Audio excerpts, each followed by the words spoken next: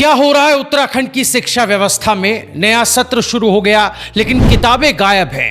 189 स्कूलों की मान्यता खतरे में है लेकिन विभाग चुप है। निजी स्कूलों की मनमानी पर सख्ती शुरू हुई लेकिन क्या ये काफी है? उत्तराखंड की शिक्षा व्यवस्था इन दिनों बड़े बदलाव और चुनौतियों के दौर से गुजर रही है। सरकारी स्कूलों के बच्चे बिना किताबों के क्लास अटेंड कर रहे हैं। अटल उत्कृष्ट विद्यालयों की मान्यता अधर में लटकी है और निजी स्कूल फीस बढ़ोतरी और बुक सिंडिकेट जैसे मामलों में लगातार विवादों में घिरे हैं। तो आज की इस खास रिपोर्ट में हम आपको इन तीनों मुद्दों की पूरी सच्चाई बताएंगे किताबों की देरी का कारण क्या है, अटल उत्कृष्ट स्कूलों का भविष्य खतरे में क्यों पड़ा है, साथ ही साथ देहरादून में प्राइवेट स्कूलों की मनमानी पर प्रशासन कितना सख्त हुआ है। वीडियो को आप आखिर तक जरूर देखिएगा क्योंकि आखिर में हम कुछ जरूरी सवाल उठाने वाले हैं जिन पर हर अभिभावक और छात्र को आज के वक्त में सोचना चाहिए। और हाँ, आप अपनी राय इन सवालों पर कमेंट जरूर कीजिएगा। साथ ही हमारे चैनल रायशुमारी को सब्सक्राइब जरूर करें ताकि ऐसे जरूरी मुद्दों पर आपको आगे भी हम अपडेट देते रहें, खबर देते रहें। तो चलिए शुरुआत करते हैं। किताबें नहीं तो पढ़ाई कैसे? नया सत्र, पुरानी मुश्किलें।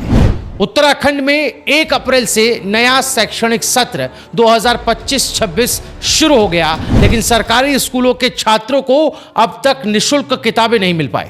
बच्चे पुरानी किताबों से ही पढ़ाई करने को मजबूर हैं। शिक्षा महानिदेशक कमठान ने जानकारी दी है कि टेंडर प्रक्रिया पूरी हो चुकी है, वर्क ऑर्डर जारी हो चुका है और MOU भी साइन हो गया है, लेकिन किताबों की आपूर्ति में चुनाव आचार संहिता के चलते देरी हुई।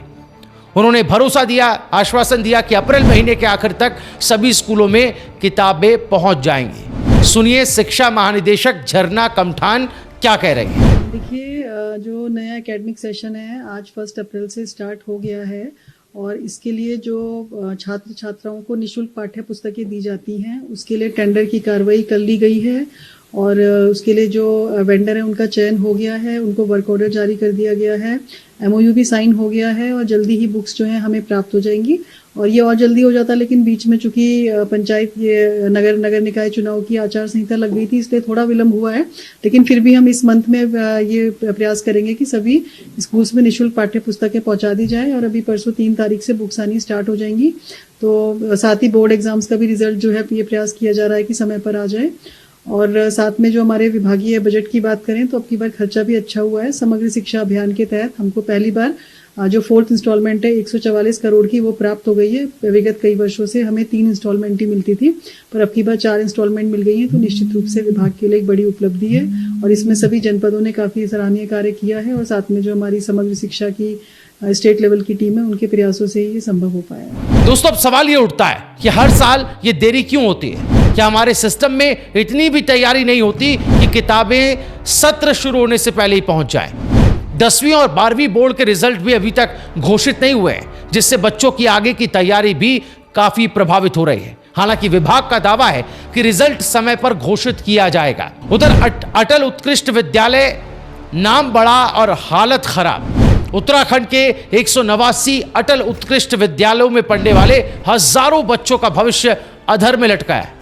इन स्कूलों की CBSE मान्यता अगले 2-3 महीनों में ही खत्म होने जा रही है और नए सेशन के लिए मान्यता अब तक रिन्यू नहीं हुई है। इन स्कूलों को 3 साल की मान्यता मिली थी जो मई-जून 2025 में खत्म हो रही है, लेकिन ना तो सरकार ने अब तक फीस जमा कर मान्यता रिन्यू करने की प्रक्रिया शुरू की, ना ही स्कूलों से जरूरी विवरण मांगा गया। प्रिंसिपल्स का कहना है कि मान्यता की औपचारिकताएं बहुत जटिल है और सरकार को फीस भरनी होगी क्योंकि स्कूल इसके लायक नहीं है। पिछले 2 सालों में इन स्कूलों का रिजल्ट भी काफी निराशाजनक रहा है, 50% से भी कम। जबकि नवोदय और केंद्रीय विद्यालय के रिजल्ट देखें तो वहां 99% तक रिजल्ट पहुंचता है।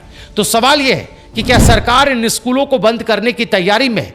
क्या बच्चों का भविष्य सिर्फ फाइलों के फेर में बर्बाद हो जाएगा?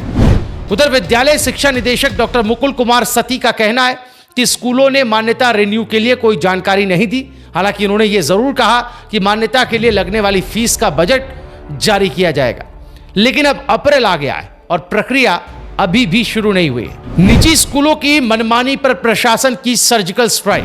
देहरादून में प्राइवेट स्कूलों की मनमानी, फीस और कॉपी बुक सिंडिकेट पर अब जिला प्रशासन सख्त हो गया है। डीएम सविन बंसल ने कहा है कि अब स्कूल ना तो 3 साल से 10% से ज्यादा फीस बढ़ा सकते हैं और ना ही कॉपी किताब पर स्कूल का नाम या लोगो छाप सकते हैं। 4 बड़े पुस्तक भंडारों पर कार्रवाई भी की जा चुकी है। एन मैरी स्कूल ने 24% की भारी भरकम फीस बढ़ोतरी को घटा दिया है, 10% कर दिया है। खबर मिल रही है कि समर वैली और सेंट जोसेफ स्कूल को भी चेतावनी दी गई है कि वो भी नियम तोड़ेंगे तो मान्यता उनकी रद्द हो सकती है। वहीं मुख्य विकास अधिकारी अभिनव शाह ने सभी निजी स्कूलों से मीटिंग कर ये निर्देश दिए हैं कि कोई भी स्कूल फीस वृद्धि का प्रस्ताव मुख्य शिक्षा अधिकारी के अनुमोदन के बगैर लागू नहीं कर सकता, अपनी मनमानी नहीं कर सकता। क्या इससे निजी स्कूलों की मनमानी पर लगाम लगेगी?